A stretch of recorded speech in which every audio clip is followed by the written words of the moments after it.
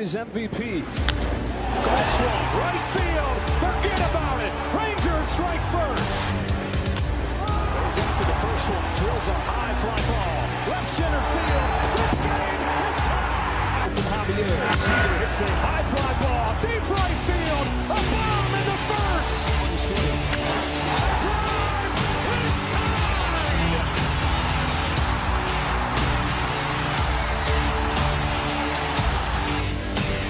Seager smashes the ball down line. Goodbye.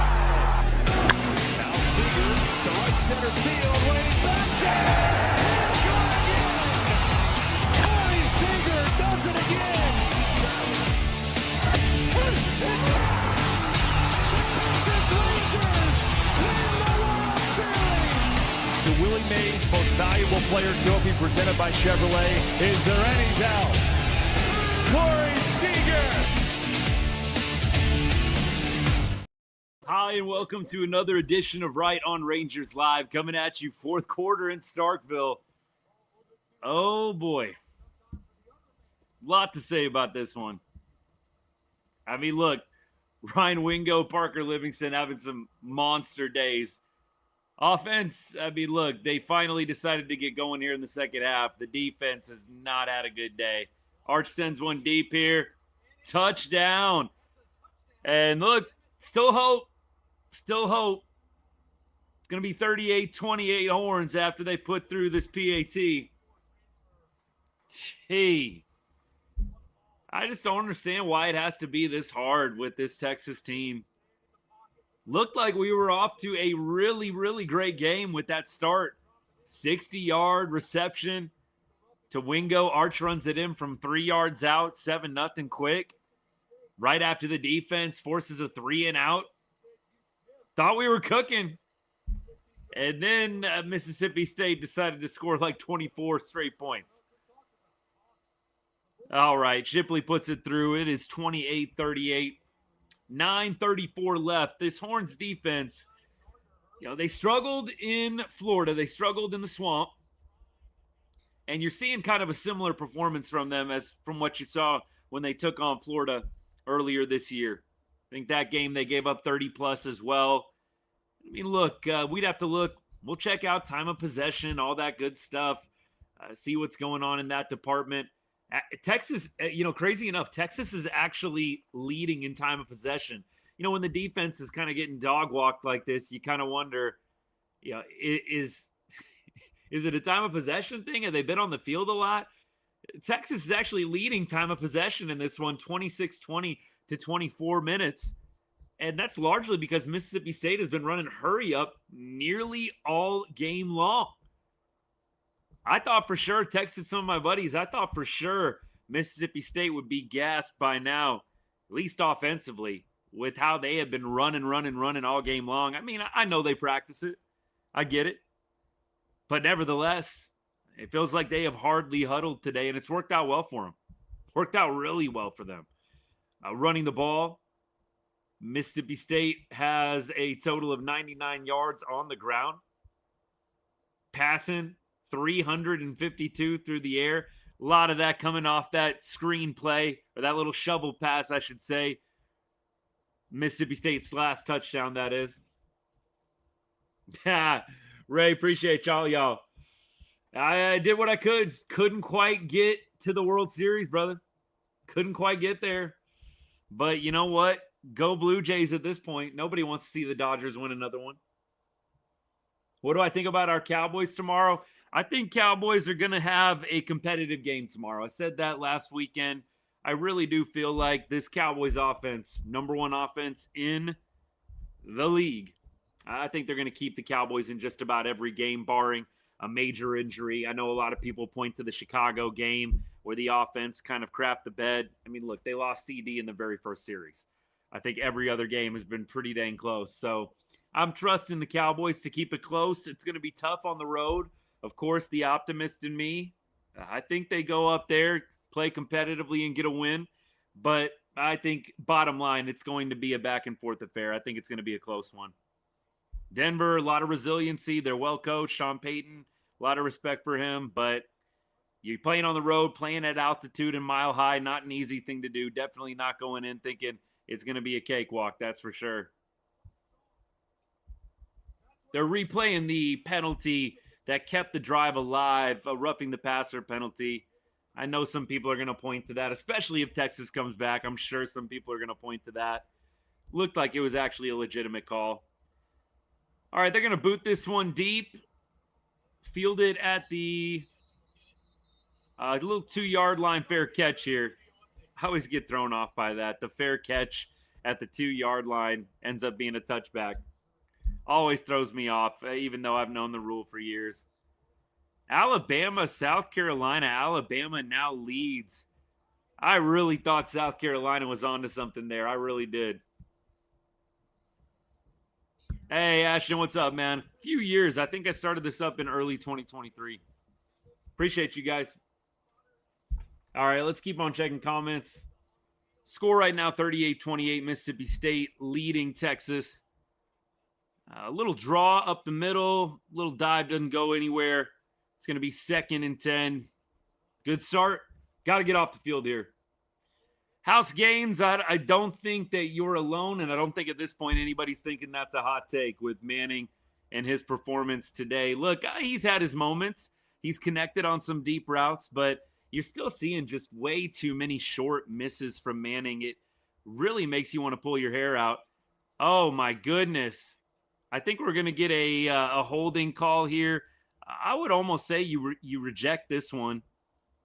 If it is holding on the offense, I think you decline and take the 3rd and 13. They still ended up sacking here, so I think you got to decline here. Do you really want to go 2nd and 20? You can get 3rd and 13. If you can't get off the field on 3rd and 13, you don't deserve it. Yeah, you decline here. Sark's declining. Yeah, you take that loss of down. You got a sack anyways.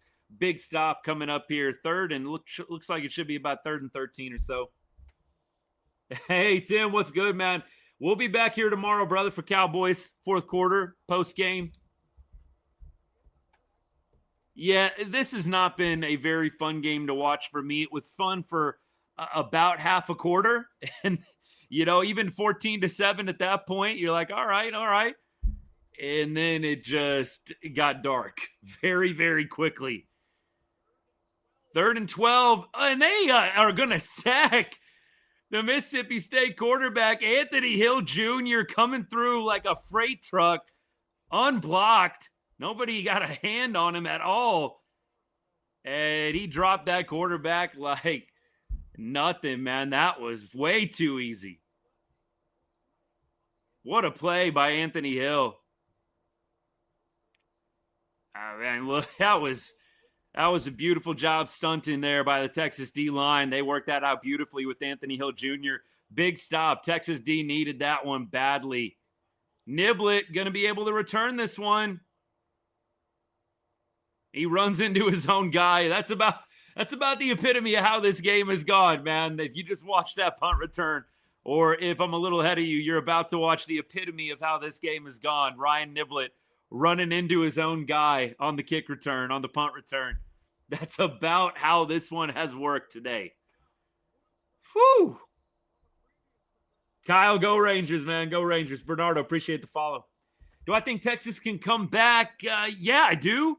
I think that the margin for error is very thin, but look, you can get a quick score here, make it a 3-point game, and then it's down to your defense to make a stop. All right, ball at the 39-yard line, arching the gun, drops back the pass. He's going deep again. Wingo's got a step. Great defense by the cornerback here, number 1, Jones, man. He has been good today. Ryan Wingo's had a monster day. I mean, he's pretty close to 200 yards, if not over it. I'll check out the stats right now, but Wingo has had an incredible day today. He's at $184, going for 200 total yards. He should pick it up, you would think, on this next drive here. Looks like he's getting a quick play off. 2nd down here. Arch drops back. All right, he's going to hit Endries over the middle here. A little 5-yard gain. So 3rd and 5, 3rd and manageable. 7.5 minutes and ticking. Appreciate all you guys hanging out. 6 for 17 on third down today. I mean, look, Mississippi State is 5 for 15. Not much better, but it has not been a good day on third down for either offense.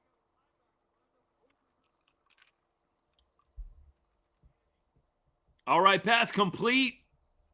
Nice little ball to Moore on the outside. That's going to be a first down. Moore on the day. He's got 5 catches, I believe now 6. And he is over 50 yards receiving with that reception. Little hurry up here from the Horns. They are at the Bulldog 43. Little handoff to Wisner. Shifty. Oh, he almost broke it off there. About a 9.5-yard gain. He needed to make one man miss, and he was at pay dirt. Almost broke that one off. Got to keep going here. 6.5 minutes. Look, you put one in here, you got all 3 timeouts. I mean, everything's ahead of you if you score right here. Appreciate the gift. Curtis, was that you? Thank you, sir. Appreciate you. Thank you for the follows. Arch going to wind up. He's going deep. That's a lot of contact, man. And they're going to throw the flag here. I was about to say, no way that is not PI. No way. Parker Livingston just getting mauled on the sideline.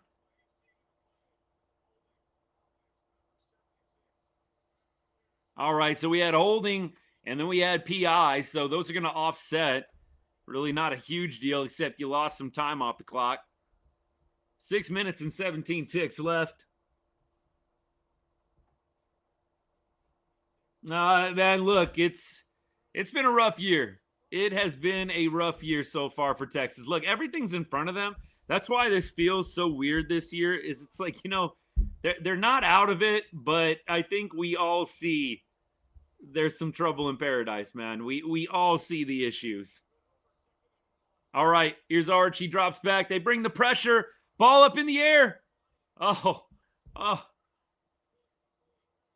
When that ball goes up in the air, those batted, it is just anybody's guess where it's landing. I'm glad that one found green grass. Whew. 3rd and 1, man. Very, very fortunate that did not find its way into the arms of a Mississippi State defender. Jeez. Come on. Here we go. 3rd and 1, 6:12 left. Arch. He's going to connect with Wisner. Wisner pushing it up the field. He's to the 20, to the 18. Horns are in business. First down. Look, field goal works here. Clearly, you want the tutty. You're all the way down here. You might as well score it. But at least you know you got a field goal in your back pocket. You can't get 10 back right here, but you can at least get it back to a one-score game either way. I mean, look, Shipley did miss a gimme. I mean, look, if Shipley would have hit his 30-yarder, you're potentially trying to tie the game right now. That might be unfortunate. Arch, man, just a little high. There's another example. Arch, an open Wisner, and you're just missing him. That's just, it just has to be there. I don't know if y'all remember. It was a screen. It wasn't a screen. It was a slant play. It was a 3rd down slant. And Arch just didn't hit it, man. I mean, these are layups that you've got to hit. And I know a lot of y'all jump to the defense of Arch and talk about the O-line. I mean, if you've been watching all these throws, yes, there are some plays where he doesn't have time. But, man, does he miss some layups. There's Livingston. He is at the 5, the 6-yard line. All right, he found some green grass. The roommate connection there has done very well today. Parker Livingston, he is, let's see, on the day now at, 4 receptions. There's touchdown. Oh, incomplete. Endries just couldn't hold on there. Looked like it was right in his hands. Parker Livingston, a couple touchdowns today, but, man, he is only right around 20 yards right now on the day. And I thought Endries had that one. Shoot. I'm sorry if my stream's ahead of yours, man. I hate that we can't all sync up. I really do. I know some people find it annoying. I'm definitely not trying to be. I just can't help the connection, man. I feel like sometimes I'm way behind, sometimes I'm ahead. It's just so variable, man. Oh, Livingston was there.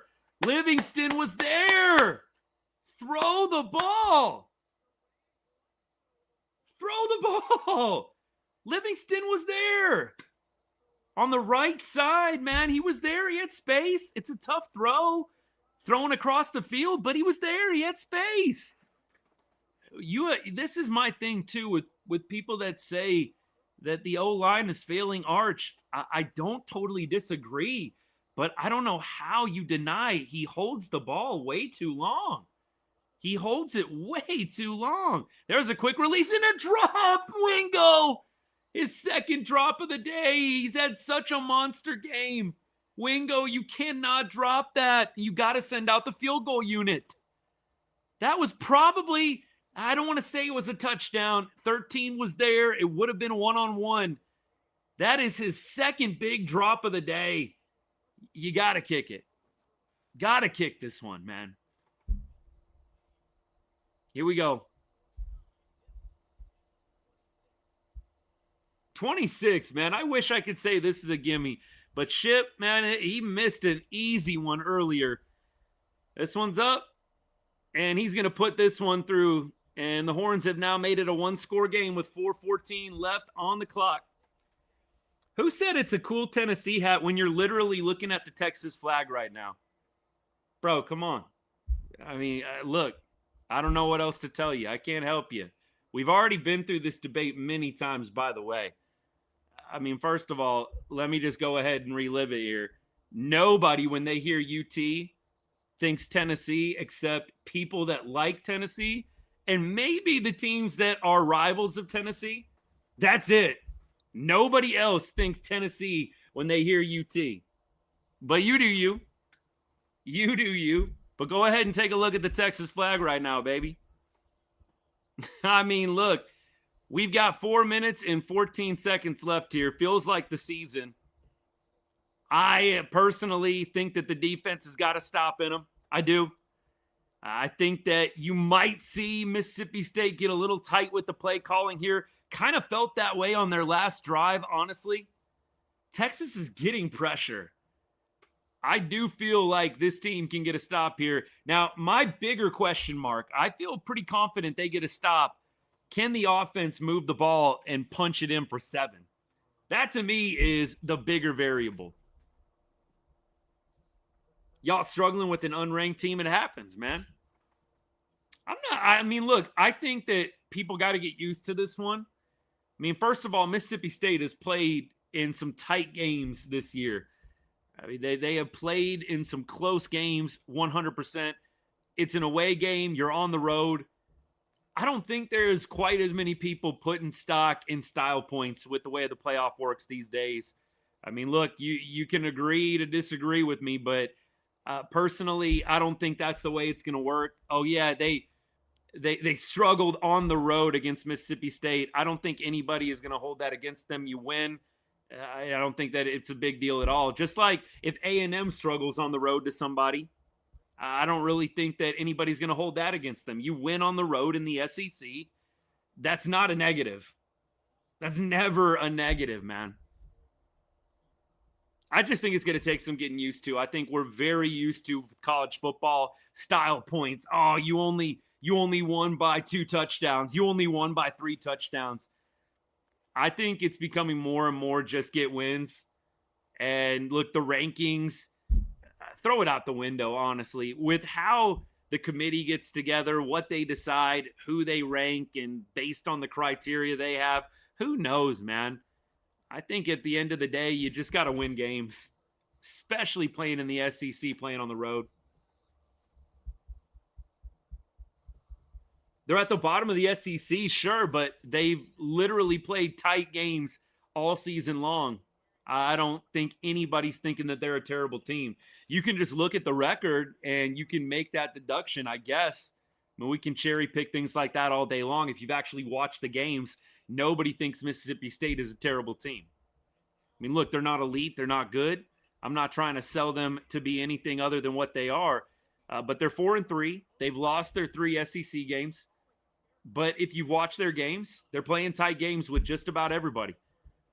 I don't think anybody is thinking, you're losing to the bottom of the barrel here. But I get it. The record says, 0-3 for SEC play for sure.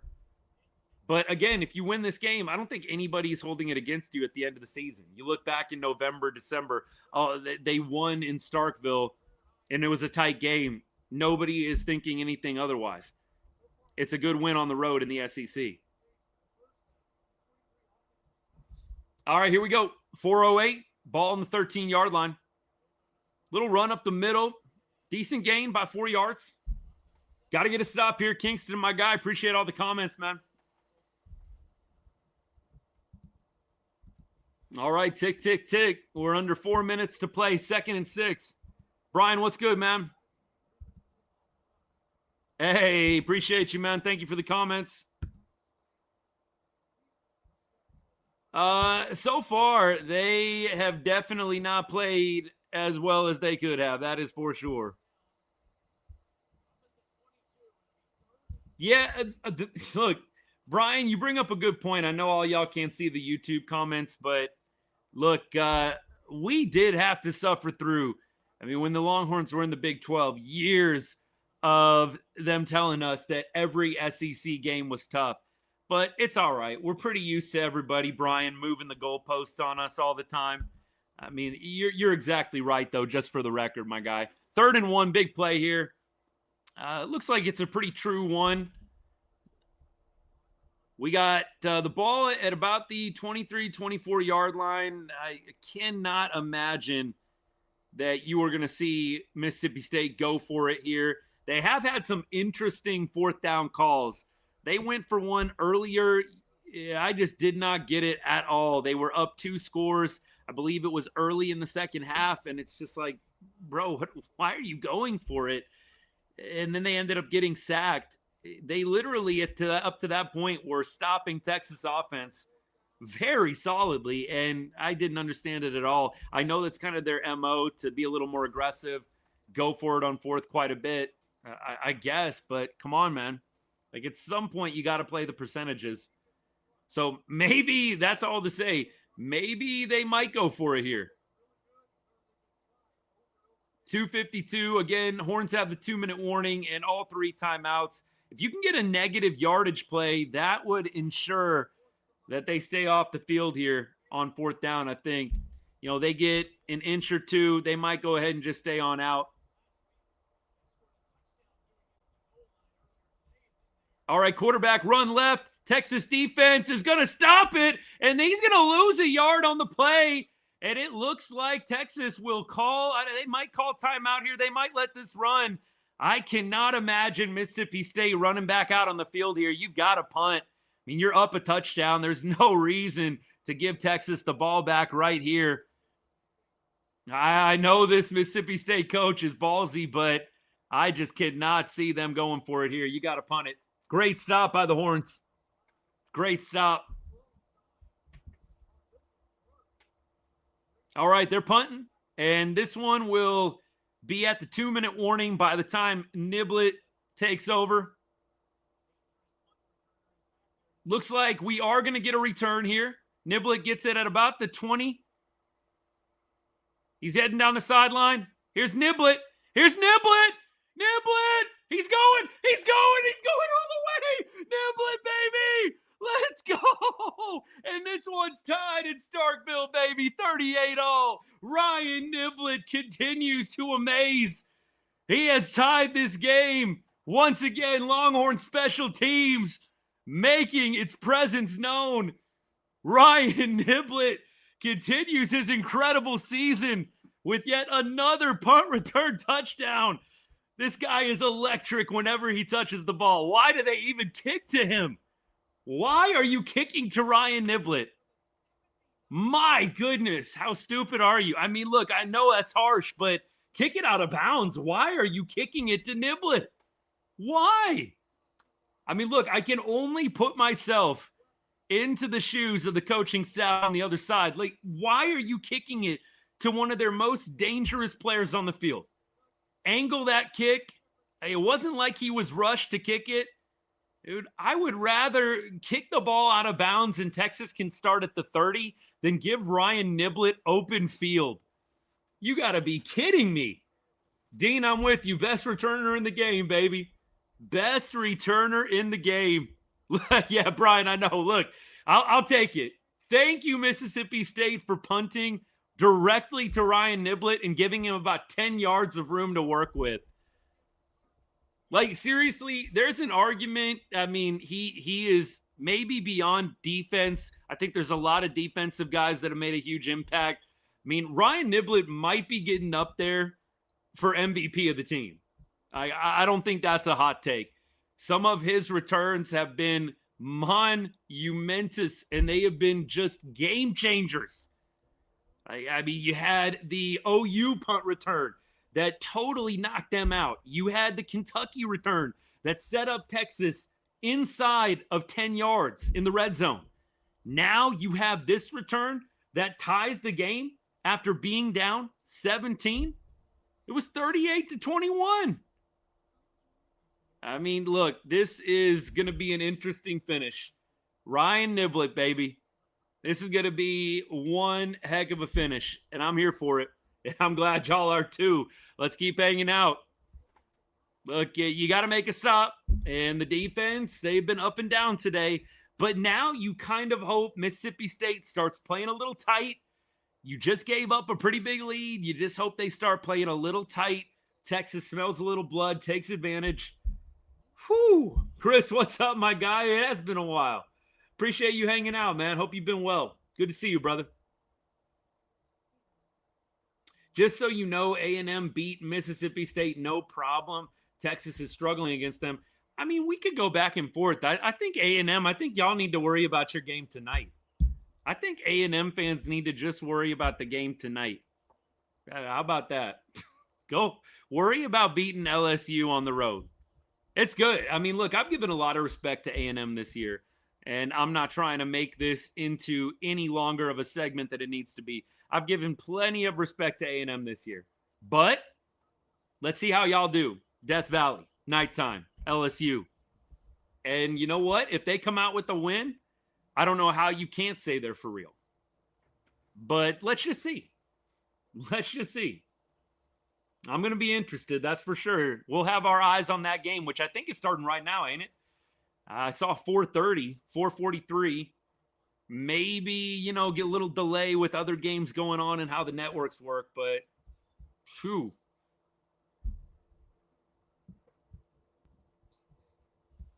Commercial break right now. Let's talk about some highlights. We've got a number of guys to talk through. Ryan Wingo, he did have a drop on that last series. He did have another pretty important drop earlier on in this one as well, but he has 5 receptions for 184 yards, 37 yards averaging per catch. You've got Parker Livingston with 2 tutties as well. The run game has not been there for Texas today. Wisner, 11 for 34. Baxter, 9 for 27. Just not good. Just not good. Somebody trying to bet me on here? Come on now. We're going to bet $500. Yeah, sure, bro. Let's do it. $500. I'm sure you're good for it. Come on now. Some of y'all are out of pocket. Some of y'all want to bet me $500 right now like you're actually going to pay up when you lose. Let's go now. Come on. I needed a good laugh. I appreciate that. I really do. I needed that laugh. What's good, everybody? What's good? Big stop, big stop. I am sure hoping they can make it happen.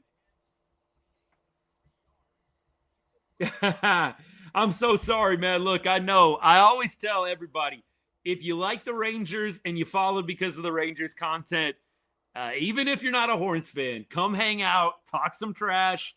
That's all part of the fun of it, man. But we all bond over the Rangers. That's 100% for sure. Man, we're going to have some fun talking Rangers this offseason. By the way, Rangers offseason shows always on Wednesdays. And look, we do Cowboy shows on Sundays as well, or Mondays, whenever they're playing.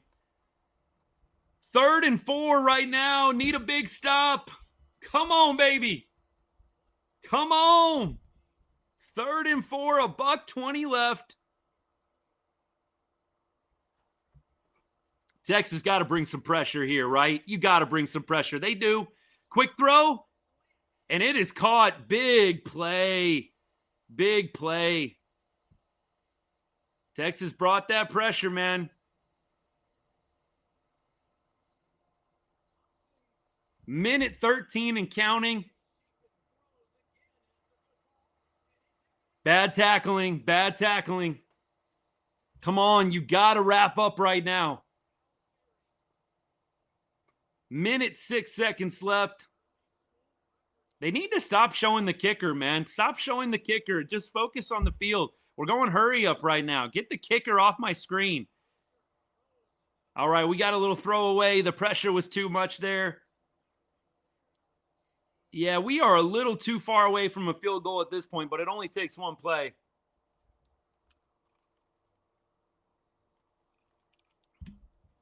Let's get it.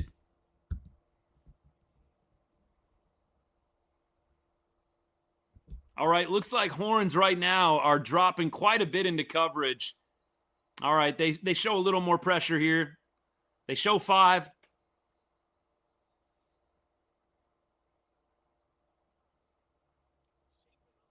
Quarterback draw, and he doesn't go really very far at all. If you're Sark here, don't you got to take a timeout?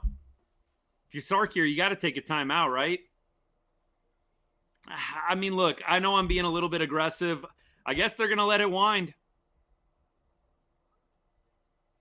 They're a little bit too deep for a field goal. I mean, look, I'm sure they could give it a shot. This would be about a 60-yarder, a 59-yarder perhaps. They're letting it run down, man. This is a big play right here because of how much clock has come off. It's a big play. I'd like to see some pressure again, and they do apply it. Still a pretty clean pocket. He loses it. Oh, he gets it back. This one's going to OT. I think you got to call timeout, though, Sark. He probably is on it already. Timeout. And look, you're going to give Niblett a shot? Are we giving Ryan Niblett a shot? Oh, my goodness. That was almost game, set, match right there, man. Because Texas had bodies around that ball. If for whatever reason Chapin can't get back to that, that could be a scoop and score. 13 seconds left. 4th and 10.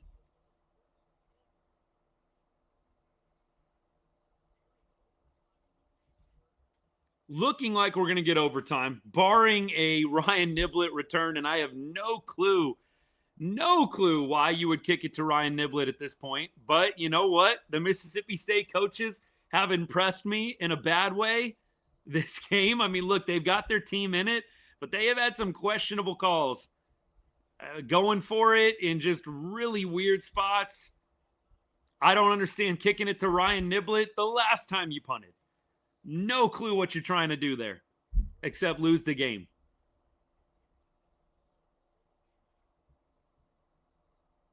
Look, I like Texas' chances in an OT battle.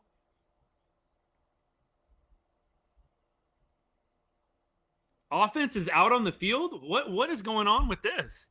13 seconds. They really think they can run around for 13 seconds? All right, it looks like maybe trying to draw off sides. They almost did, man. They almost got us. You've got to just be trying to draw them off here, man. What are you doing with the offense on the field with 13 seconds left? All right. Little gamesmanship. I mean, look, it was close. They almost got Texas to draw off sides there. They're going to take a delay of game here.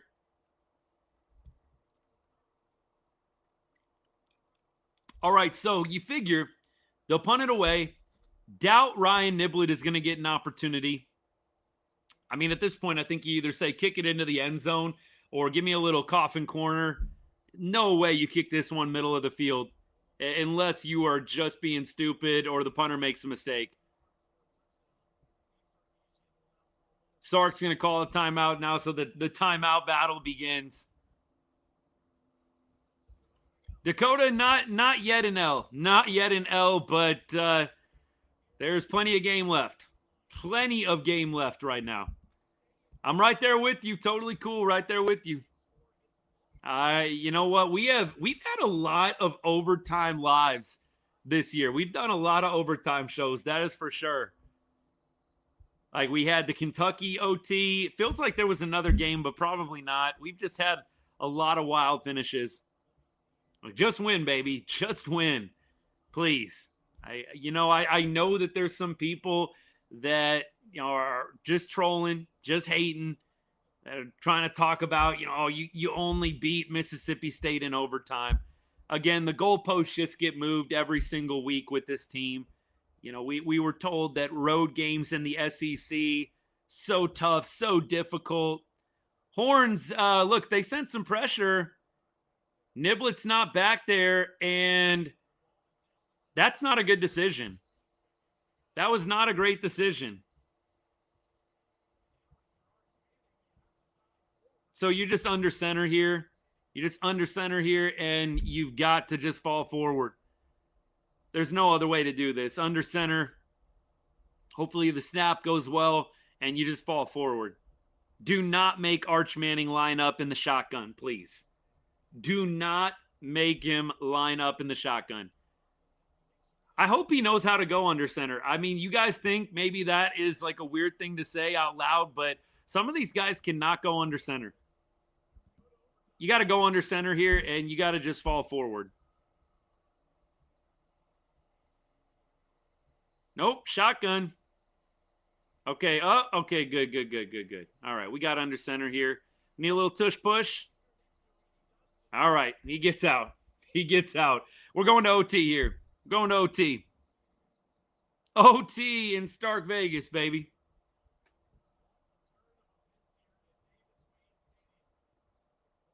Great comeback by Texas. Unfortunately, there's no moral victories here. I mean, look, we can say just win, but we can't go on the other side. Hey, it was a great comeback. You got to win this football game. If you win, I think all is forgiven. It doesn't matter how you get there. Just win a football game. You're on the road. You're in Starkville. It's the SEC. I think at this point, if you just get a win, you survive in advance and you move on to the next game, which is Vanderbilt. Going to be a tough one. Vandy beat Missouri 17-10. They're number 10 in the nation right now. We're not looking ahead to the Vandy game yet, but the Horns have a little gauntlet here. They do. They have a gauntlet coming up. You got Vandy, you got Georgia, you still got A&M to deal with. They have got themselves a little gauntlet coming up, man. Caden, hook 'em, baby. Turdy Stomper. Yeah, we were down, but Ryan Niblett happened. Ryan Niblett happened, baby. Look, I am not going to be feeling great if they can't find a way in OT. It worked out well last week. Let's just keep it going. Is this the Arch breakout game? I don't know about that. He's looked decent in the second half. Spida, we got this, baby. Derek, it is in OT now. UGA won't let y'all escape like y'all did tonight. Hey, we'll knock on some wood. It ain't over yet. It ain't over yet, Wild Bill. Tom Ray, we're trying. We're trying. Appreciate it. Yeah, Texas has not looked their best today, but you know what? You just win, and all is forgiven here. You got Texas plus 1,300. When did you bet that?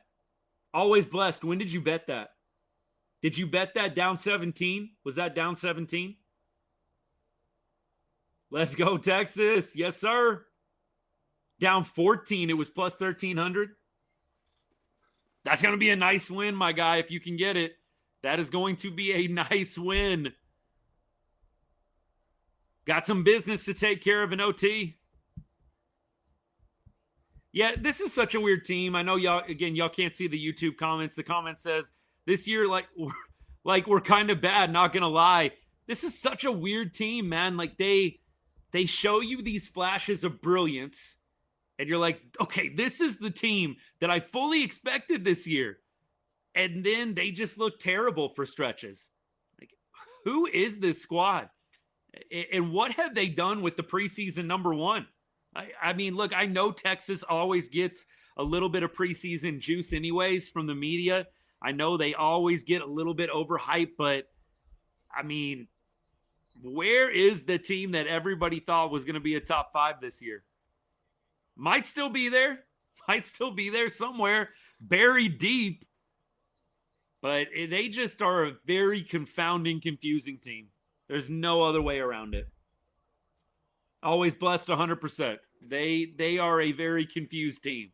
They can't figure out if they want to be good or not, if they want to be competitive. They look amazing against Oklahoma. They look pretty good against Ohio State. Shoot. I don't think anybody can take that away from them. You go into the shoe, you lose by 1 score. There's no shame in that.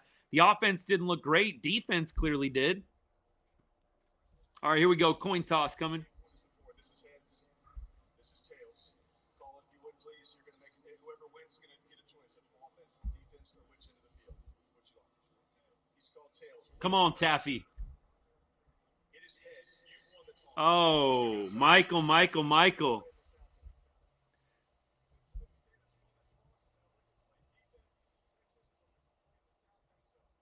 All right, Texas going to be on offense to start.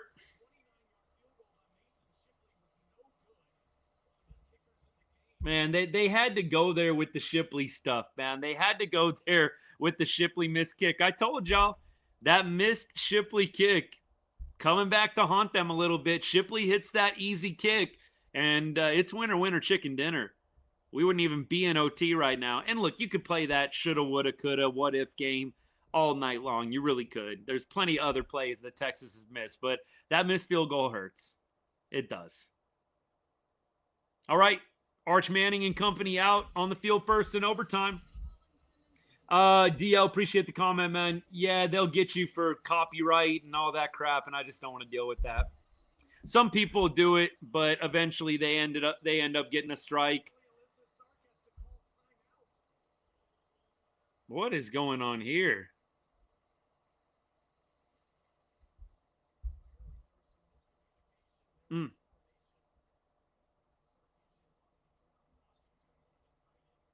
Yeah, I have no clue what's going on there, but look, you got timeouts in overtime for a reason.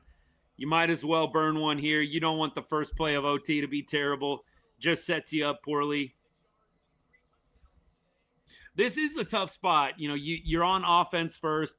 There's a lot of pressure to score that touchdown. When you're the second team that goes, you know exactly what you need. You can go for it on 4th if you need to. Quick touchdown here would be nice. He has time. He's going to run. Stay on your feet, Arch. There we go. Arch first down. Nice solid run for him up the middle. Looks like he, I don't know if he's got the wind knocked out of him or what, but are we going to see Caldwell coming in here? Wow, he's down, man. We might see Caldwell in the game. A bunch of y'all might just be getting your wish. He's got to come out for a play, right? He's got to come out for a play. You're going to be seeing Caldwell right now. Look, I feel pretty solid even with Caldwell coming in the game, and you know he's doing the warm-up, and they're telling Arch, bro, stay down. Stay down. You're still hurt. Give Caldwell a few more throws. Looked like he might have got hit. He got hit in the knee, and then he got hit in the head as well. So he got hit in the knee first, and then looked like got hit in the head on the way down. He's limping. He's limping a little bit, so it might be that knee, which is good versus, you know, it being a concussion with the head or something like that. They're showing mom and dad right now, looking on. Okay. Brian, I literally had the same exact thought. I am tired of the up and down myself, my friend. It is just ridiculous. It really is. Hey, November 28th, Patrick, it's going to be good. All right, here we go. Caldwell in the ball game. Let's see what you got, buddy. They're going to give it up the middle. Wisner with a power run. He gets 8. Look, Caldwell, to me, not a guy that's necessarily going to lead you to the promised land, but a guy that I feel pretty confident can run the offense well. Matt Caldwell, senior this year, 6'4", 212, out of Auburn, Alabama. He's been around. He went to Gardner-Webb, Jacksonville State. Caldwell commanding the troops out there. Oh, man, confusion, baby. Confusion.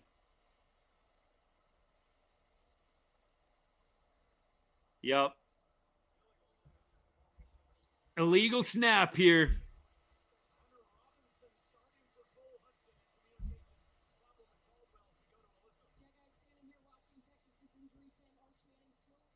Arch Manning in the injury tent right now.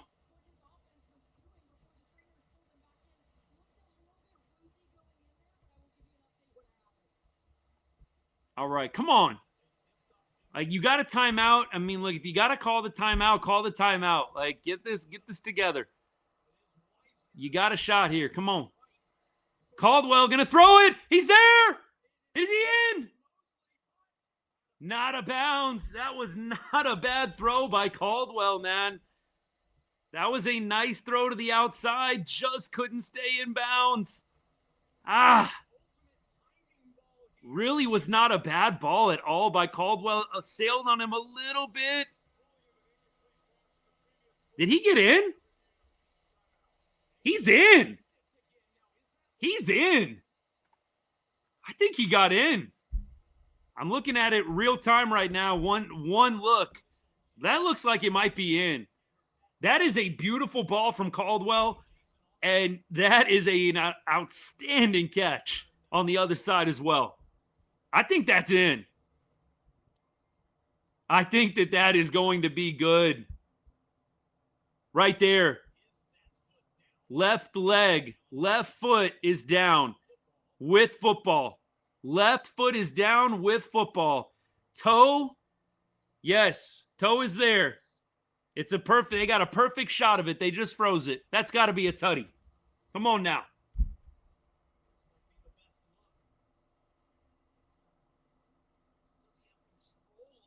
Yes, he has control of the football. That's a touchdown, man. Come on. Get it right. That is a touchdown. No judgment call to make. We're staring at his foot inbounds with his two hands on the ball.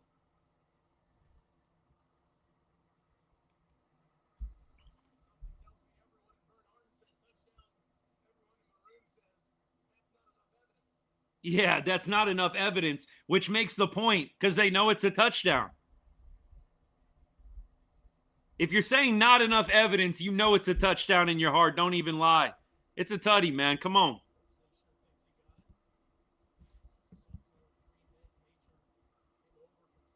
You know what I like about this, the review, is at least Texas has a chance to regroup here on offense. Even if they don't get the call, you've got an opportunity now.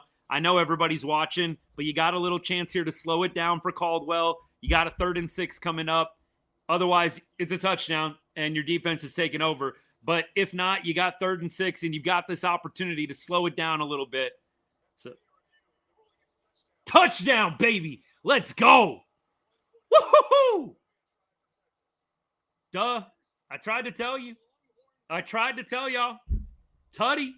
Let's go. Hook 'em. Let's go. Oh, what a throw by Caldwell. What a throw. I'm not going to sit here and hot take that Arch doesn't make that throw, but for not playing the entire game, that is a beautiful freaking ball from your backup quarterback. That is your backup quarterback throwing a perfect fade ball. He didn't get bench duck. He's hurt. He's in the med tent right now. That is a beautiful freaking ball from Caldwell. And look, like I said, I don't want to hot take. Arch, he's made some nice throws tonight. It doesn't get much better than that throw from a dude that's been stone cold sitting on the bench the entire game.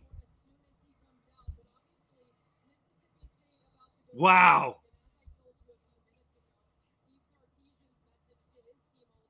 No update on Arch quite yet. I don't know if he's out of the tent. Maybe I couldn't tell what the reporter was saying about him. I'll let y'all know what I hear. Anthony, appreciate you, man. Thank you for the kind comment, brother. Whew. Look, I have a lot of fun doing this with y'all, and I am very, very glad that you guys are here watching along. I know we get a little bit out of sync with the timing sometimes, but it sure is fun watching the game with you guys. Big miss on first down here from Mississippi State. He had Thompson. Thompson has been cooking this game for the Bulldogs, man. He has. Thompson has been cooking. That was a very catchable ball, little behind Thompson, but should have been caught.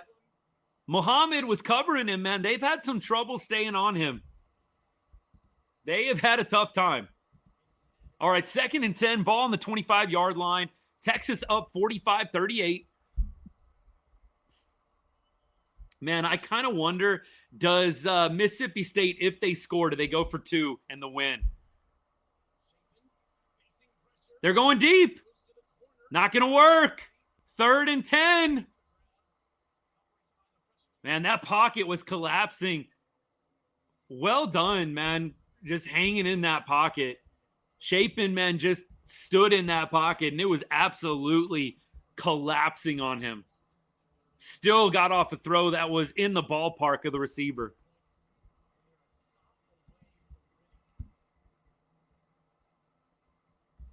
All right, we got 2 chances here.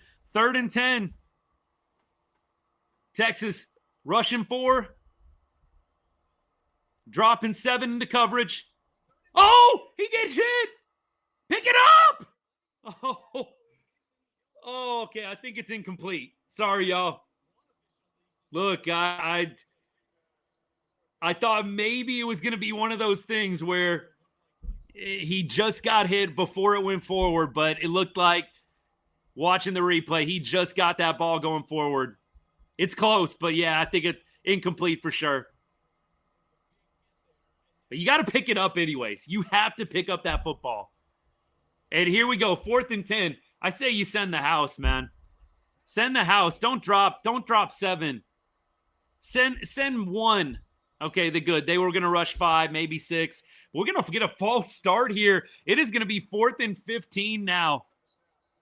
You got to send pressure. Don't let Chapin stand back there. You know what? If somebody beats you one-on-one, so be it. You got athletes in that secondary. Come on now. Send some pressure. Don't do this rush 4, drop 7. Send at least 5. At least. It looks like they were sending 6 on that last one. The linebackers kind of showed coverage. They disguised a little bit, and then they came up and started blitzing. Looks like they might drop 7 now, though. Nobody looks even close right now. Wow, more confusion. And it's going to be 4th and 20. Wow, 4th and 20. Look, I don't hold my breath on long 3rd and 4th down plays. I don't. They're going to take a timeout here and talk about what the heck to do on 4th and 20. I don't hold my breath, y'all. I don't take anything for granted. I'll start celebrating after this one goes our way when we make a stop here on 4th down. Caden, I read your comment, Caden. I'm saving it until after the game. I'm saving it. I'm not going to put it out there quite yet, my guy. Love that, though.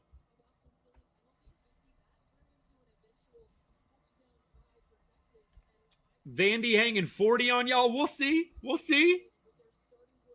How about them Horns, JT? They're looking good right now. Let's finish this one out. 4th and 20.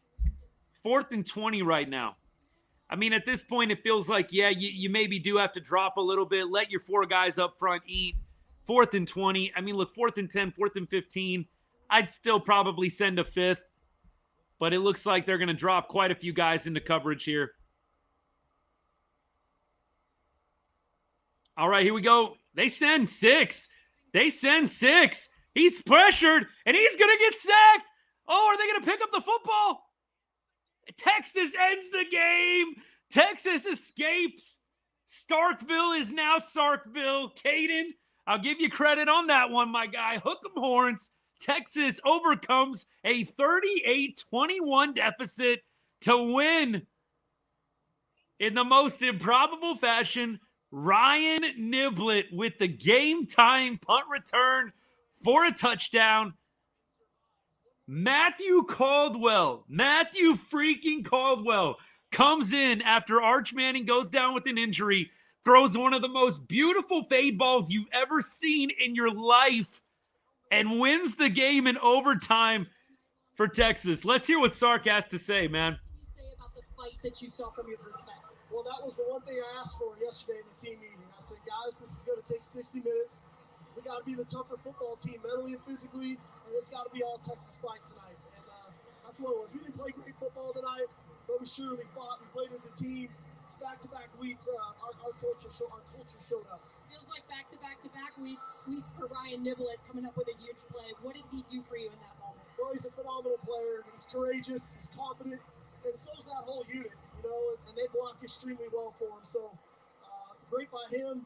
It's been a month on the road. Can't wait to get back to Austin, get back to DKR next Saturday. Thanks, Coach. Congrats. Thank you. 42 days on the road. I still can't get over Caldwell with that beautiful ball winning the game. I mean, look, there's a lot of guys you can point to. I mean, that was guts, man. Like, that was guts. Beautiful ball. You haven't thrown it all night long except for some stupid warm-ups on the sideline while Arch is getting checked out. And then you come and deliver that pass. One of the best passes I think that we've seen from a Texas quarterback all year. I mean, look, Arch had some nice completions tonight, had a good ball down the field. I mean, to Wingo. That's probably the most beautiful ball I've seen this season coming out of a Texas quarterback's hand. I don't think that he is going to be the starter, man. Shane, I don't think he will be. I seriously doubt that. But you know what? Let me just put it to you this way. It's going to start getting a lot louder for Caldwell. It just is. I think people were already kind of wondering, who do we have as a backup? Look, I'm sure quite a few people didn't even know that Caldwell was the backup. But look, you make a throw like that to win the game. Yes, it's a collective effort. I'm going to get the A&M game on right now. Cheer for LSU, which doesn't feel right either, but you know how it is if you're a Horns fan. Looks like A&M's up. Is that right? Look, I mean, I told y'all A&M has got a team, man. They've got some talent on that squad. They're a good football team. It's going to be tough in November. But I think that it's only going to get louder for Arch Manning, Caldwell. Look, Manning wasn't terrible tonight. The interception he had, don't cherry pick box scores here. The interception that Arch had was off of Parker Livingston's hands. Not really a true quarterback interception, if you ask me. I really, really feel like it's going to be Arch next week unless there's some kind of long-standing injury or concussion or something like that. But we'll get more reports on that. And if we hear anything during the show, we'll let you guys know. We'll definitely let you guys know what we hear. But I cannot imagine Caldwell starting unless there's a concussion, unless there's some kind of major injury to the knee. It really didn't look like major. Maybe a week or two off max if there is something at all.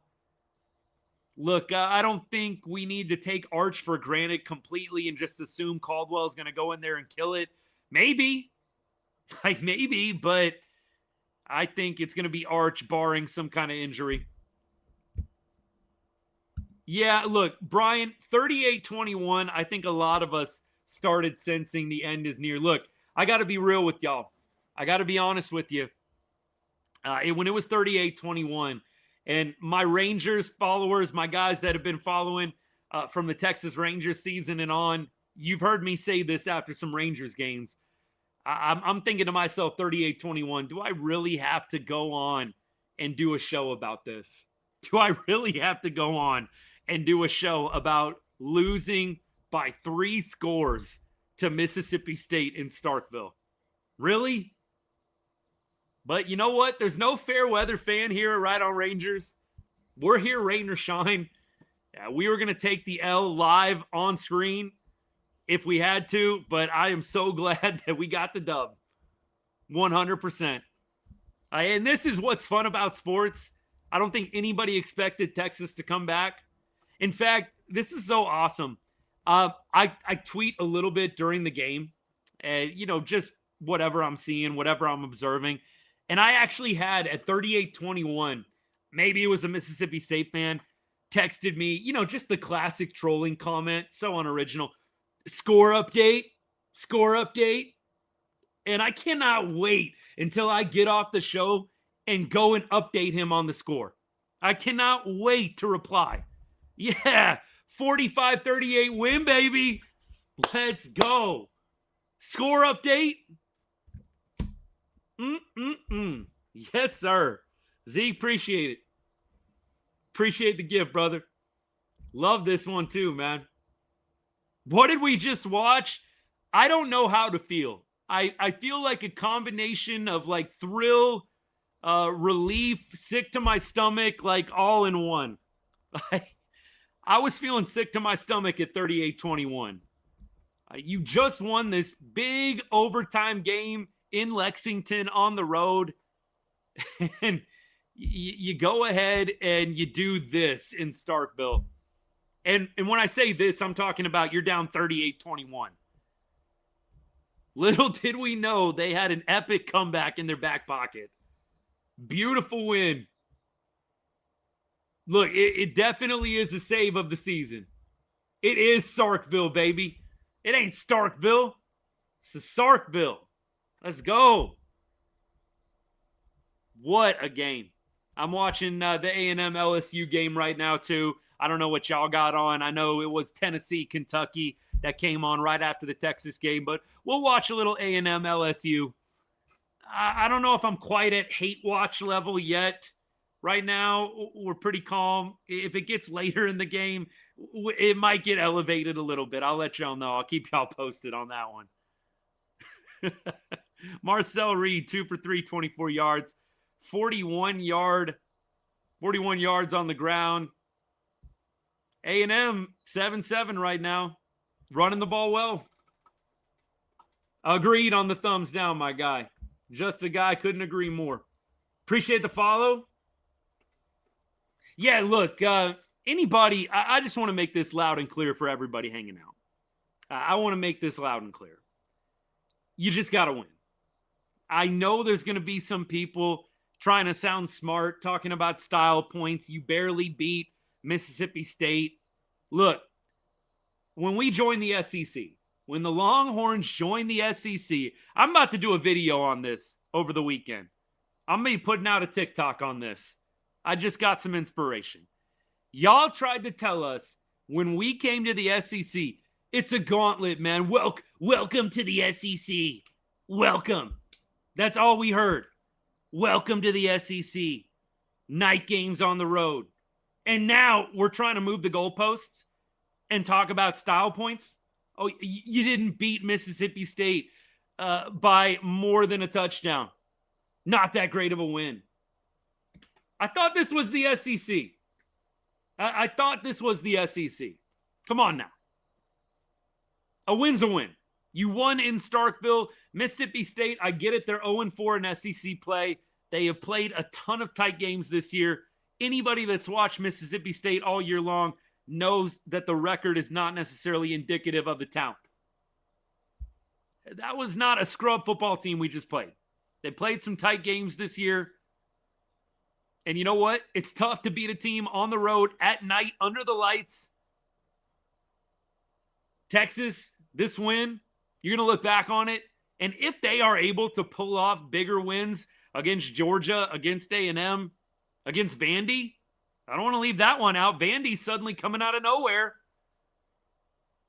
You are definitely not going to be worried about an overtime win in Starkville. Nobody on the committee is going to be like, well, they only won by 7 in Starkville. So, yeah, they're not a good team. They don't deserve to be in.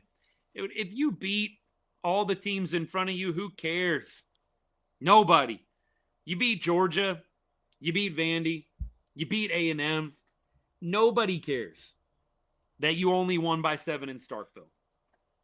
So, I can definitely see the other side of it. Yeah, if they lose to some of those teams, of course you're going to be pointing to some of these games and saying, well, the writing was on the wall. If they just keep winning, nobody's going to care how much you won by in Starkville.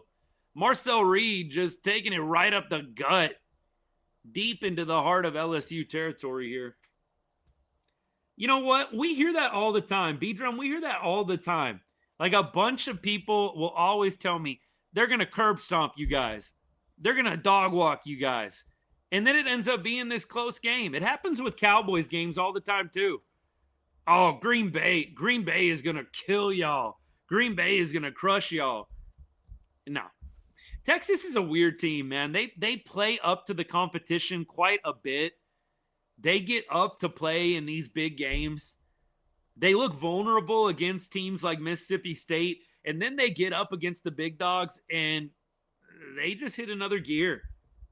Look, I know the Georgia game last year obviously did not go the Longhorns' way, clearly. But at the same time, I think you have got a case where the Longhorns, with superior talent in front of them, rarely are going to take a big blowout loss. A&M just keeps moving the football. This is about to be a high-scoring game. This is going to be a high-scoring game. I think, you know what, it wouldn't surprise me, Kingston, if they drop us in the rankings. Like, it wouldn't be a surprise to me at all. Dan, Vanderbilt next week, that is going to be a tough game. Brian, I'm with you on that, man. Thank you for the comments tonight, brother. You've been awesome. I feel like the Horns can win against Vandy at home. I think they can. I think in Athens against Georgia is going to be the tough one. I even feel pretty good about the A&M game. I'm not worried about the A&M game. I'm not taking A&M for granted. Don't get it twisted. But I'm not worried that the A&M game is going to get ugly. You're playing at home. I think Texas has the talent to match A&M. I'm not worried about the A&M game, but I definitely am worried about the game in Athens. I'm worried about that one more than any other game. So I will give you that. Now, do I think that they are just going to get completely mauled going to Georgia? No, I don't. But that is the game I'm legitimately worried about. Every other game, I feel like, you know what? They could take a loss, but they could easily take a win too. But that Georgia game is the biggest one for me, the biggest worry. I'm not saying Vandy can't knock them off next week. Not saying that at all. I know some of y'all understand where I'm coming from with this point, but I will say, on the road against Georgia, enough said. Enough said. You're at home against Vandy. You're at home against A&M. In my opinion, you should win those games. Here we go. First quarter coming to an end. Big 3rd and 7 here for A&M. Oh, that might be a hold. They just literally shoved that dude down. They're letting it go, though. Touchdown A&M. Man, I have no clue how they got away with that one. That was like a hold and then a push in the back all in one. 2-for-1 special there, baby. We beat 2 SC teams now? Yes, sir. How did we almost lose? You mean how did we win? Ryan Niblett, baby. Ryan Niblett. Alyssa, what's good? Thanks for the comment. What a game. What a game. Gina, appreciate you. Hook 'em horns. What a win. 45-38 final. Arch Manning. Look, Arch threw for 346 and had 4 total touchdowns. That's why I'm just saying I find it hard to believe they're going to bench him after 346 yards and 4 total tutties. I really cannot see it. But that being said, Matthew Caldwell with the throw of his life. The throw of his life on that fade ball. That was beautiful. Beautiful, beautiful. And then look, other top performers in this one. Wisner was pretty quiet on the ground, 41 yards. Horns rushed 32 times for 72 yards. They could not get anything going. This O-line, man. This O-line, they have got to kick it up a gear. They've got to kick it up a gear. I'm sorry. I know that this is going to come across arrogant to anybody that's not a Texas fan, but it just totally confounds my mind, just blows my mind that you cannot get any push against a team like Mississippi State. Like, we're the University of Texas. You're supposed to have some freaking dogs on that O-line. How are we only averaging 2 point whatever yards a carry against Mississippi State? The O-line is definitely a problem area. And if you're going to give Arch crap, look, I put out a video, I put out a TikTok on this a couple of days ago. If you're going to give Arch crap, you got to go to the line immediately afterwards. And I know some people would put the line issues above Arch. And I'm slowly coming more over to that side. Although there are plays tonight, Arch Manning not able to hit a simple slant route in a clutch situation. That happened on third down tonight. Missing dudes wide open. It got to be better. Got to be better. Arch is missing some layups that college quarterbacks, especially D1 quarterbacks for the University of Texas, have to be hitting. But that O-line does not give him a ton of time consistently. They might give him a play or two here or there, but that O-line does not give him a ton of time on a consistent basis. Hey, Tristan, hook 'em, baby. Good to see you. Dan, I'm with you. Parker, have fun, man. High school state playoffs are freaking awesome. I don't know if any of y'all get into that too. I love high school football. I mean, Texas football. I grew up in Texas, so love watching state football, man. It is so much fun. Out here in Nevada, I live in Las Vegas now. Lived out here for the last 15 years or so. Grew up in Arlington, went to school at Arlington High. But I'll tell you what, it's not quite as big as what it was in Texas, but I still love it. It's just fun, man. It's just fun. Vanderbilt is a tough team, 100%. 100% they're going to be a tough team. Thoughts on the trade rumors for the Cowboys? They've been picking up the phone. Look, Max Crosby, anybody? I'd love for them to go out and get a Max Crosby type. You're paying him less than Parsons. You still probably have a first-round pick. I think Max Crosby makes a lot of sense.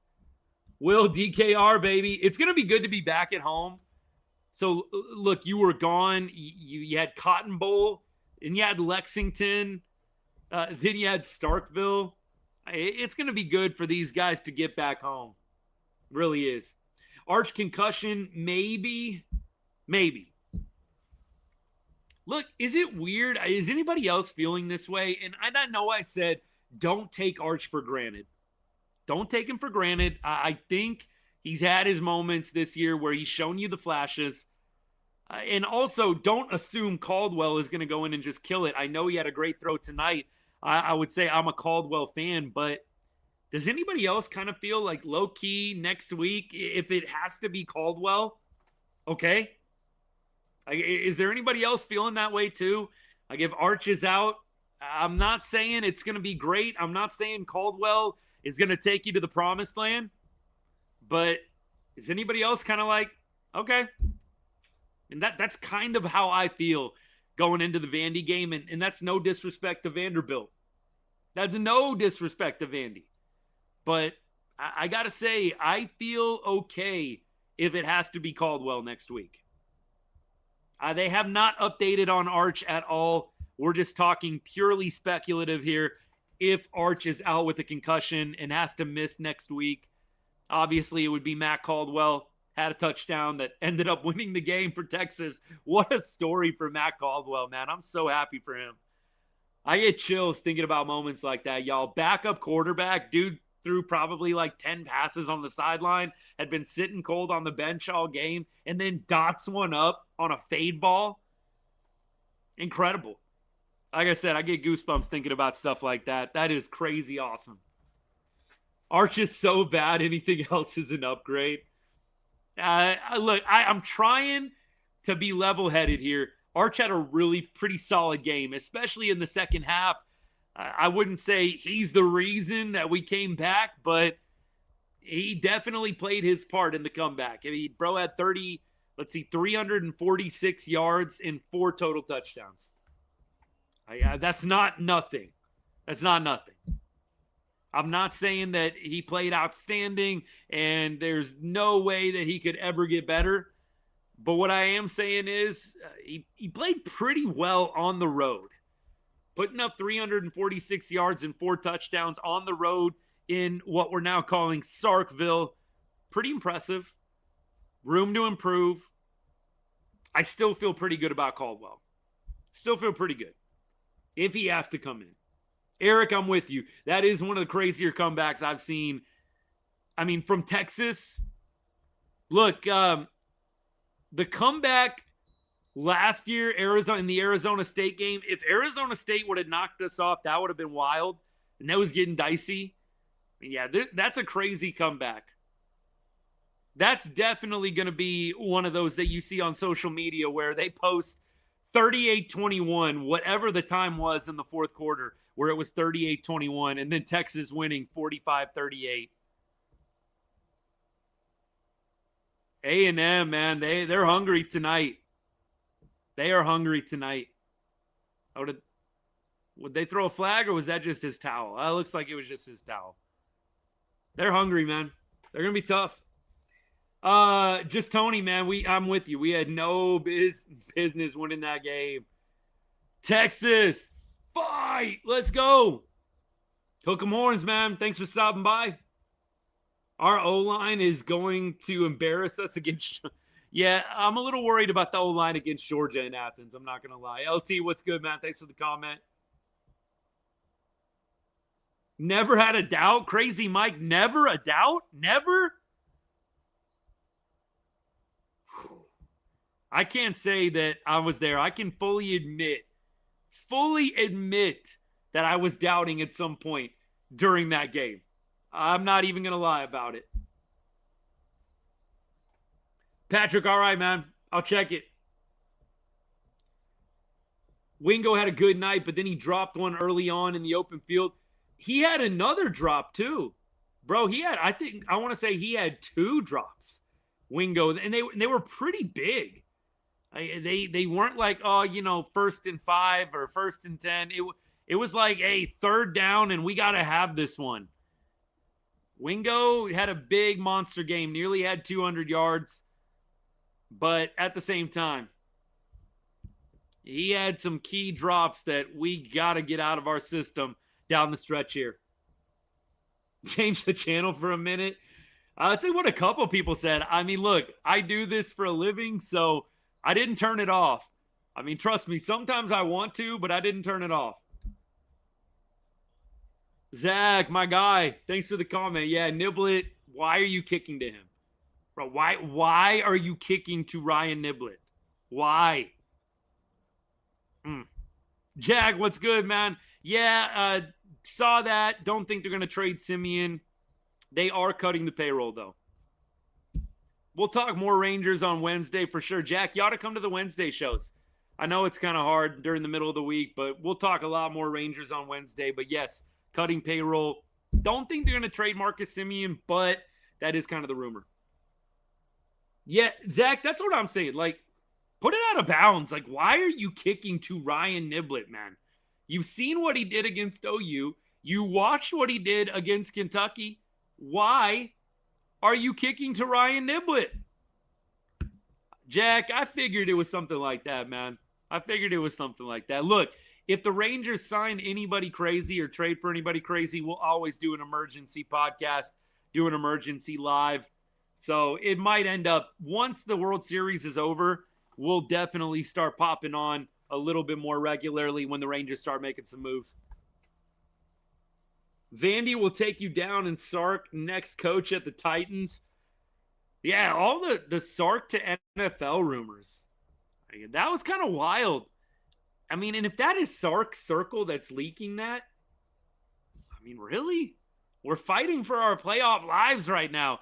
I hope that wasn't somebody in Sark's circle leaking that. He's got to get some new people if that's the case, man. Otherwise, what terrible timing. Why are you leaking that you're potentially interested in NFL? And if Sark is, more power to him, right? Meltwick, appreciate you. Thank you for the gifts. if you're Sark, like, more power to him. If he wants to go to the NFL, I don't hold it against him. Trying to move your way up, sure. But really, why are you leaking this on game day or right before? And you're still in the playoff race, man. Maybe it was started by somebody else completely outside of his circle. Look, I hope that is right. I hope somebody outside of the circle, outside of Sark's inner circle, came out with that just to stir the pot. Because if somebody on his team leaked that to media, they need to be fired. Even if that is what he wants to do, there's no way. Right before a big game against Mississippi State on the road, you've got Vandy, you've got Georgia, you got big games coming up, and you've still got your season ahead of you. You control your destiny. If the Horns win out, and I think maybe, just maybe, I mean, a 3-loss team feels like a no to me, but you never know. You never know. I'm not going to say never on a 3-loss Texas team, depending on what the losses are. But I think you got to win out to really feel good about your shot. Going back to Sark, I could see him leaving for the NFL. That buyout is kind of crazy, though. Does an NFL team really want to help pay that buyout? Isn't Sark's buyout like 50 to 60 million? Jack, God bless you. Isn't it like 50 to 60 million? Like, is an NFL team really going to want to pay that? I don't think so. I don't think so. Easy work in Starkville, man. I don't know about easy, but it was work. It was work, that's for sure. Ride or hook 'em. Hook 'em, baby. Thanks for tuning in. Our defensive coordinator is good. Agreed, 100%.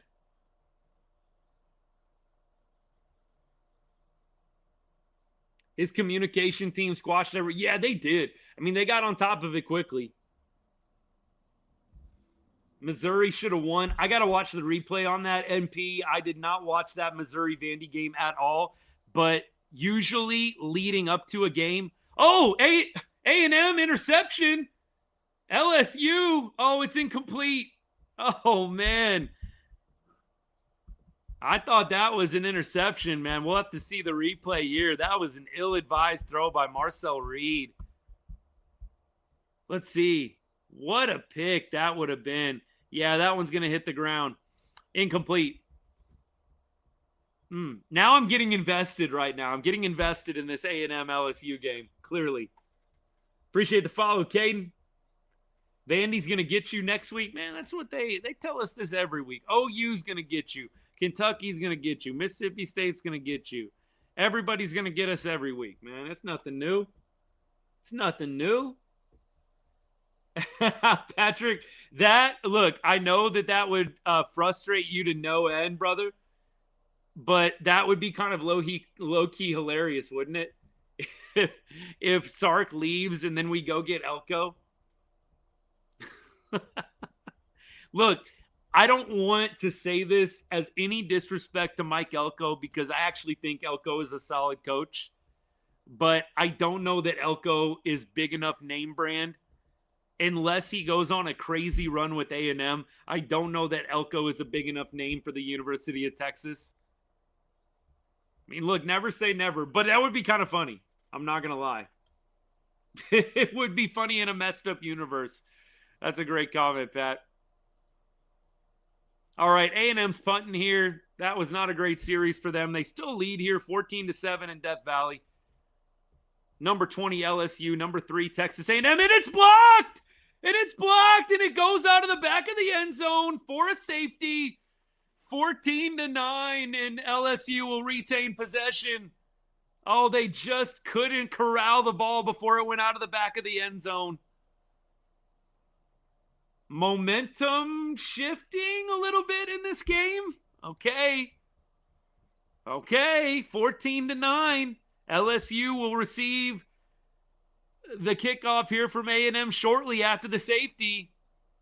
Man, they came through like a knife through butter through that line. My goodness. Look, this is actually a good comment. I was really hoping, appreciate you, my guy. I was really hoping the win over OU would have fired us up. I actually had the same thought during the Kentucky game. I was like, man, you really wondered, would that Red River game be this catalyst that totally just sent Texas into this surge of positive games, positive outcomes, and wins? And so far, look, they've continued to win, but it's taken just about everything. I'll take the wins. I really will. I don't want to be picky, but I'm kind of with you. Like, man, I was really hoping that was going to be the switch flip. I was really hoping that was going to be the case. That second half Arch is what we've been waiting for all year. Hopefully he's healthy. I'm with you. That's why I really don't think that Caldwell is going to take over. I think Arch played too well in the second half, barring an injury. And look, I haven't gotten any update on Arch Manning yet. I'll look it up right now and see if I can find anything. But it doesn't really say much right now. CBS Arch Manning injury update. Looks like, yeah, no update yet. So we'll have to hang tight on that one. Appreciate the follow. What's Texas going to be ranked? I don't think they're going to move up that much. I think they might crack the top 20. I don't think they're going to move up a ton. It doesn't matter. Look, you've got these big games coming up against Georgia. I know, and look, growing up, even as a young kid, man, I love the rankings. What are we ranked, man? I couldn't wait for the rankings to come out, AP to release them every Sunday. You know, what I've found in this modern age with the playoff, it doesn't matter.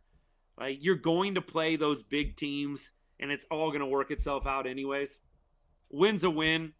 I'm sure they'll maybe be somewhere within one or two spots of where they're at now. I can't see them making any sizable jump, but it doesn't matter. You're going to play Vandy. You're going to play Georgia, and those games are going to determine just about everything.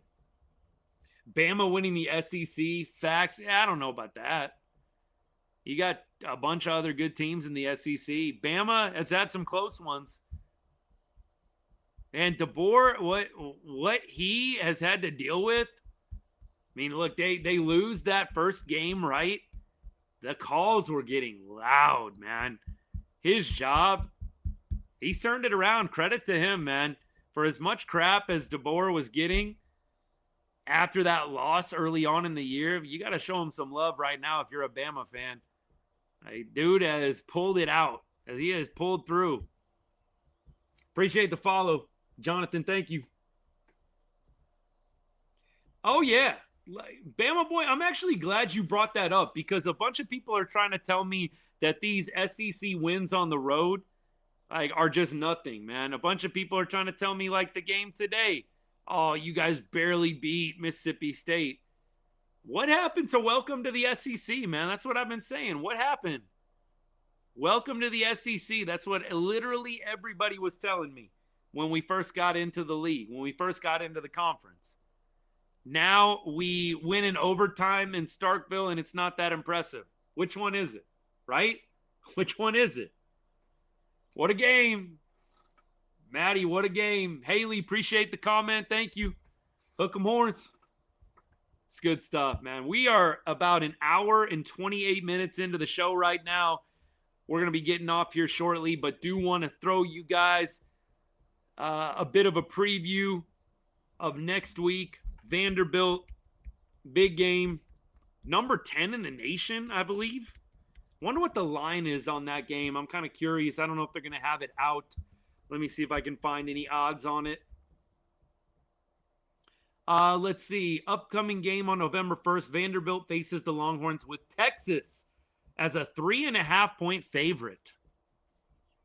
Over under 45.5. So Texas 3.5-point favorite against Vandy. So, or 3 is it now, Bama boy? It's 3. Okay, there you go. I mean, Vandy top 10. And maybe they'll jump up a little bit higher to 8, 9, maybe 7. I don't know. I'm not sure what happened ahead of them, but it's going to be a tight game. I don't have any illusions that Texas is going to go in and win by 3 or 4 scores. I think it is going to be another tight game. What do I think about Tech's Joey McGuire? Look, Tech as a whole, let me just say this. Tech as a whole has surprised me this year. I did not think that they were going to come out and do what they did. I think that he is definitely got them in a good place right now in that conference. And look, it's not the strongest conference in football, clearly. It's not the strongest. But I do think that he 100% has them clicking in a number of different ways. It's impressive. Very impressive. When did we recruit Devin Hester? Exactly. Why are they still kicking to him? Seriously. Bama boy, appreciate the follow, man. I know we don't play this year, but look, it's going to be fun. I'm a big fan of college football in general. Everybody's welcome. Come talk some friendly trash from time to time.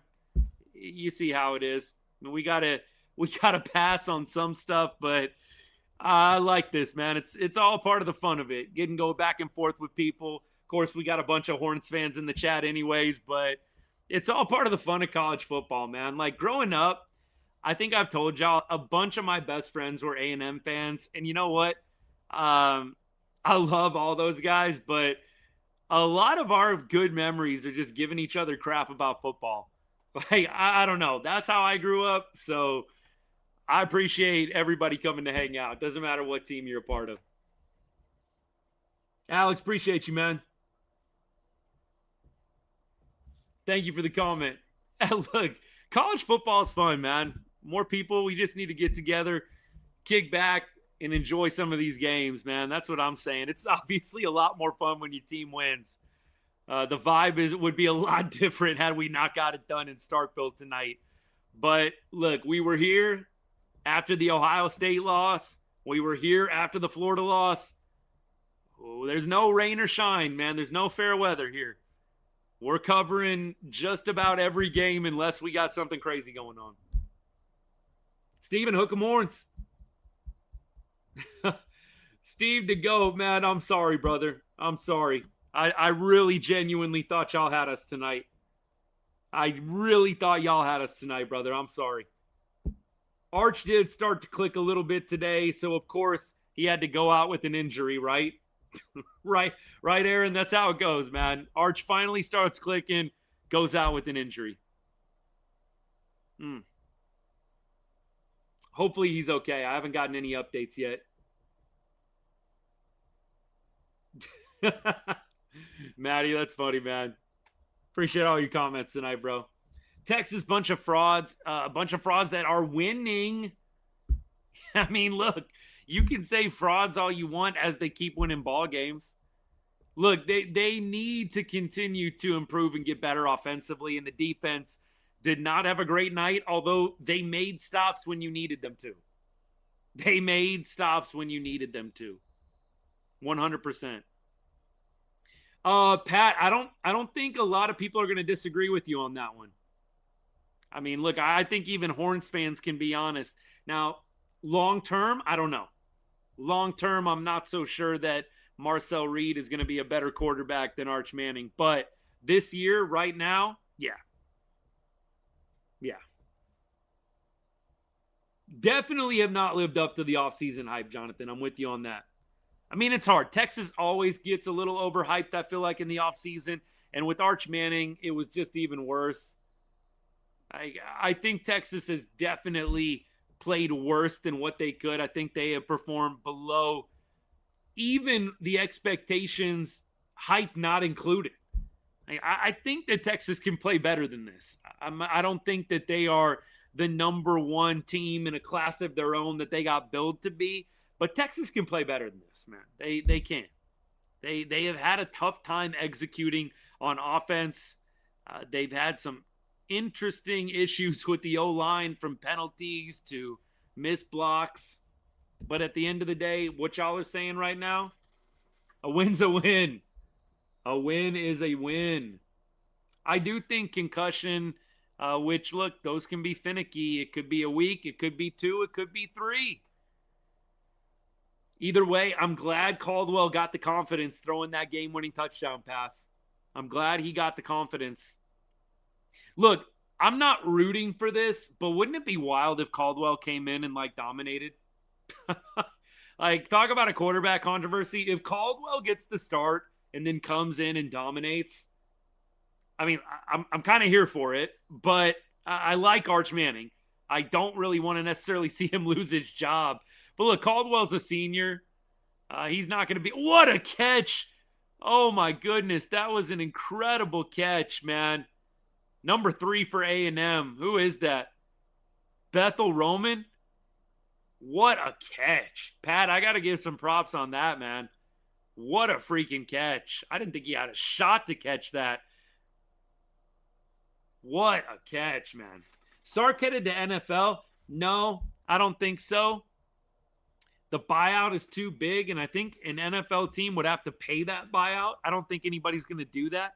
Now, could he maybe after his time is done, or if Texas lets him go, which I don't think they're going to do, maybe.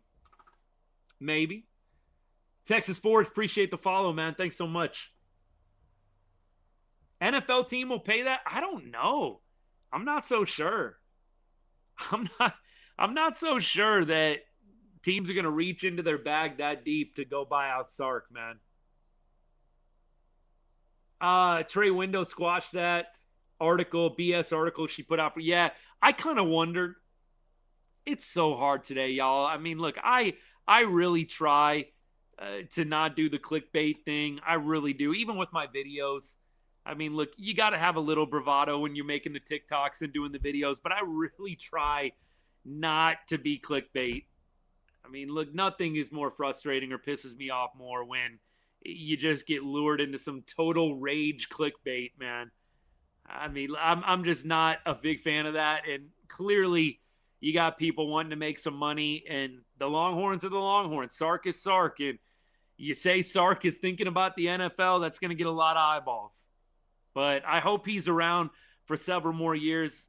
Look, as much as sometimes we give Sark a hard time, the play calling, the red zone struggles, pretty good in the red zone today, actually. Not bad at all.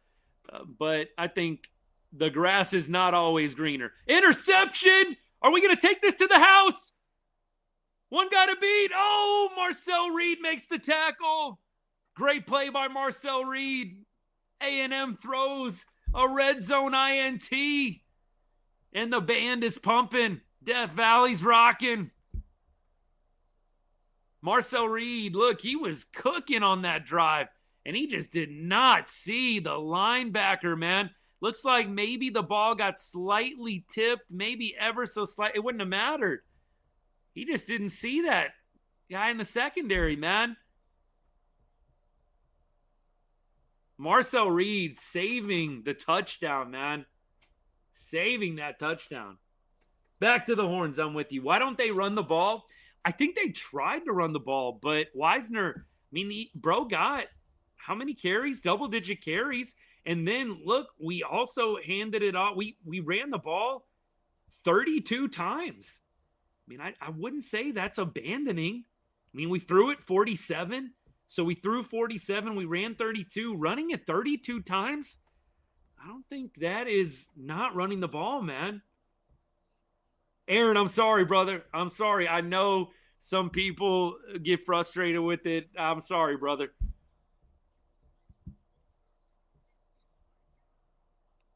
Some of these commercials, man. What a win. What a win.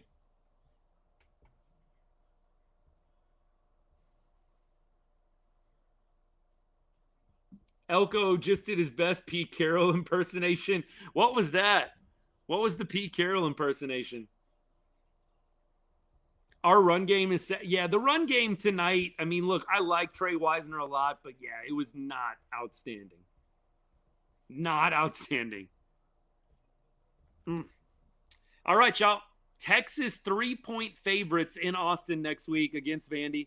Vandy coming up with a big win against Missouri, although apparently a little aided by the refs. I got to see this. I'll watch the Vandy game to kind of prepare for the game this weekend, but I'll have to see.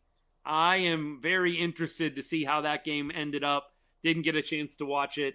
Busy morning. Some of y'all know I coach football. I coach a middle school team here in town, and we had a game this morning, 10 a.m. or so. So I missed most of the morning window games.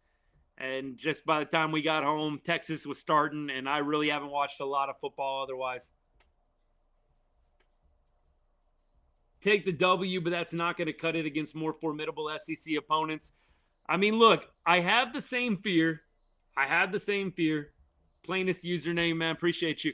I have the same fear, but a win's a win. I'm going to take it and just pray that this team finds the light switch. Please, find the switch and flip it immediately. Yep. Matty Chugs, I'm with you on that.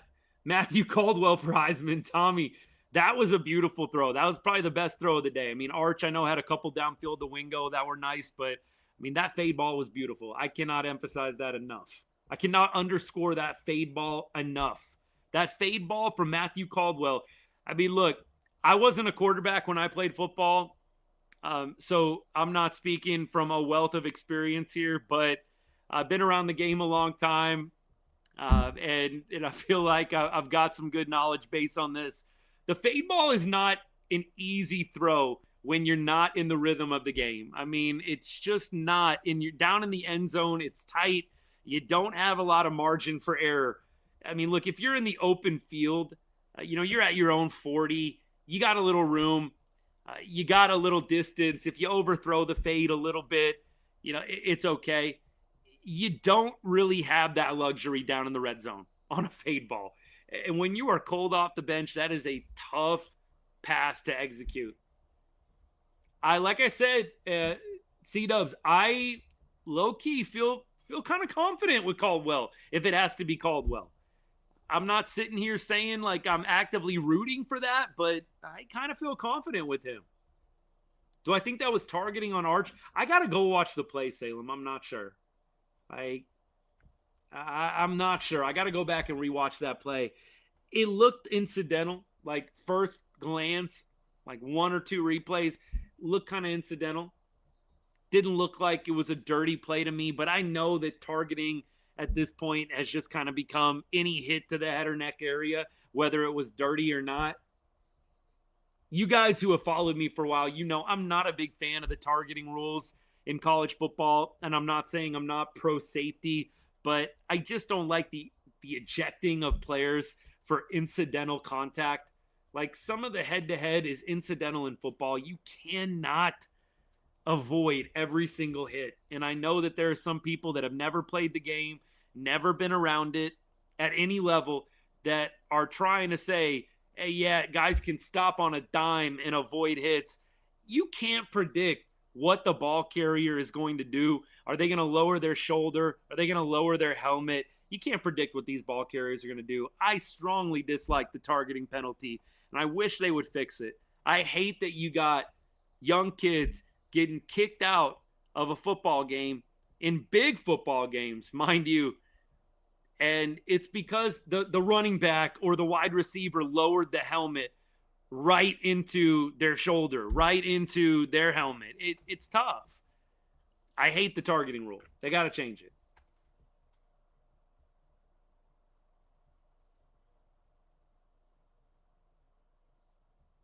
Salem, like I said, I got to go back and look at it. I mean, look, I was watching in real time. I haven't watched the play, so by no means am I sitting here with a definitive perspective on it, brother.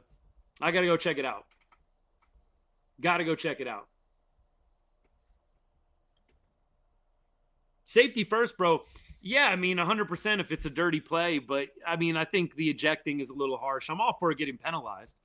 Don't get me wrong. Don't get it twisted, but I think ejecting for some of these targeting plays is a little extra, especially when there's no bad intent. It's football. It's bang, bang. Plays like that happen. You don't need to be ejecting players. I'm watching the A&M game. Watching the A&M LSU game right now. Nussmeier going deep. He caught that? Oh, my goodness. Oh, my goodness. Y'all are a little bit ahead of me. That was a beautiful ball down the sideline. Not quite as pretty as Matthew Caldwell's fade ball to win the game for Texas, but it's up there. All right, y'all. Hey, look, it's been fun. I'm going to get out of here. I'm going to go enjoy the rest of this game. Hopefully an LSU win. And we're going to watch the rest of the games on tonight. Catch a little World Series as well. Look, I want to say a special thank you. All of you guys that followed, all the comments, the likes, man, do I appreciate it. You guys are a big reason the show has grown as much as it has. And we're here every Saturday. We'll be here next week for the Vandy game. Not sure if they've announced a time on that Vanderbilt, Texas game yet. Let's see if I can figure this one out, huh? Usually it says, this one's 9 a.m. Okay, 9 a.m. This one's an early one. 11 a.m. if you're in Texas. So we will be live fourth quarter of this game. And hopefully we will be talking about another Texas win. That's the plan. Those of you that follow me today, you'll see me on the live tomorrow. I also cover the Dallas Cowboys. So whether you're a Cowboys fan or a Cowboys hater, come hang out. Let's talk some NFL, man. And then every Wednesday, I do a Texas Rangers off-season show. I also cover the Dallas Mavericks. So we will be live for some of the Mavericks games coming up this next week. We kind of focus a little bit more with the Mavs on the TikToks we put out, short videos. And then we'll do lives for the Dallas Mavericks when it's a big game like ESPN, ABC, TNT, those kind of games. Oh, A&M dropped the interception. Oh, they dropped the interception. Thank goodness. Looked like that pass got a little bit tipped coming out of the hand. He dropped the interception. Thank goodness. Yeah, that got a little deflected. I can't say that was going to work out great even without a deflection, but Tommy, I don't do stars. You know what? Hockey is a sport that I actually really have come to enjoy, and that's not always true. As a kid, I didn't get into hockey as much, but then when I was in high school, college, and then beyond, I've really started to enjoy it a lot more. So I'm a very casual hockey fan. I've been around baseball and football forever, played both, coached both, and I just love those two. I mean, I think more than pretty much anything else. Football, baseball, 1, 2. Basketball, feel pretty comfortable with that. But hockey, look, the X's and O's, the deep analysis, I'm probably not going to be able to provide that. But I do love hockey, like watching the Stars play. I live out in Vegas. I know the Stars and the Knights have a good old rivalry going with how much they've met in the playoffs, but I follow the Knights. I follow the Stars a little bit as well. So more of a casual hockey fan, but a hockey fan nonetheless. But those are kind of the core four. Longhorns, Cowboys, Mavericks, and then, of course, the Texas Rangers. Blue Jays, Dodgers, 1-1. All right. Hey, I would love to see a 2-0 series lead for the Blue Jays, man. I'm sorry. I'm Blue Jays all the way. I don't want to see the Dodgers go back-to-back. No, thank you. All right, y'all. Hey, appreciate all you guys. Thanks so much. Look, I am definitely looking forward to watching Cooper Flagg develop. He's been incredible, Brian. Brian, thanks for all the comments tonight, man. I'm sorry I'm a little bit behind. Dan, yeah, 43-23, man. I think that's a little high. I think I'm going to go in the realm. I'm going to go 31-23. 31-23, closer game. Brooke, appreciate the comments. I don't know if you're still hanging out, but I appreciate you. Sorry I missed. I was watching a couple of different things on my computer. Didn't have the chat up. My bad on that.